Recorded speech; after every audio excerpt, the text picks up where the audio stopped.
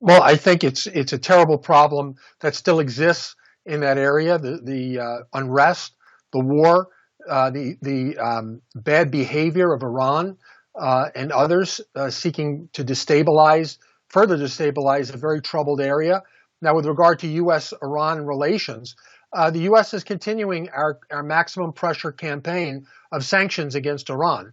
Iran has to understand that there can be no normalization of relations between the United States and Iran unless and until they change their behavior. First and foremost, their behavior in trying to attain a nuclear weapon and aggression, their funding of terrorists, and creating instability.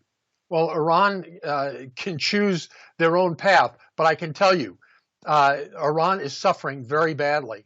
Their economy is devastated by the sanctions that the United States has imposed, and our allies are also following.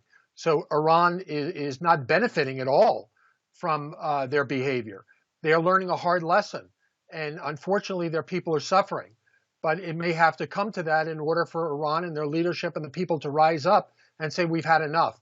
But to say that Iran is doing absolutely fine and that they're prospering, nothing could be further from the truth.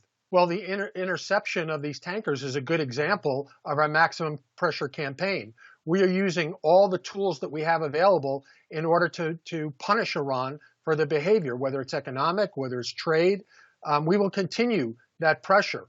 But we were forced to cancel an agreement that had no chance of being honored.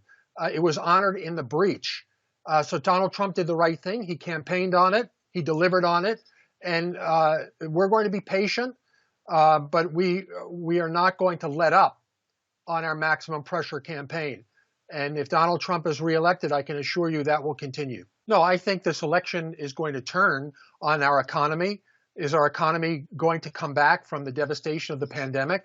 It's also going to turn on domestic security. We've seen social unrest and violence in the streets in many of our cities in America.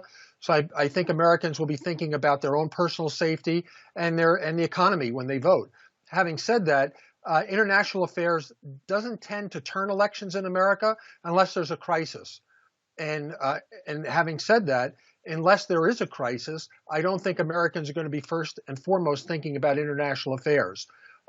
Iran is in no better shape today than it will be in November under Donald Trump, and it will be in worse shape if Donald Trump is reelected. Well, with regard to the economy, it's President Trump. President Trump delivered the economy prior to the pandemic to record heights. America was doing fabulously well in our economy. And even in the pandemic, we're doing a lot better than we could have done. He passed trillions of dollars in relief to the American taxpayers. He put money into manufacturing. Our trade deal is 1 day old with the U.S., Mexico, and Canada, the USMCA agreement. He's renegotiated trade with China, and there's going to be more of that. So putting America first was a good idea because it helped Americans, even through the pandemic. And now that the pandemic seems to be waning, America is on the rise. You saw that with the job numbers that you just reported.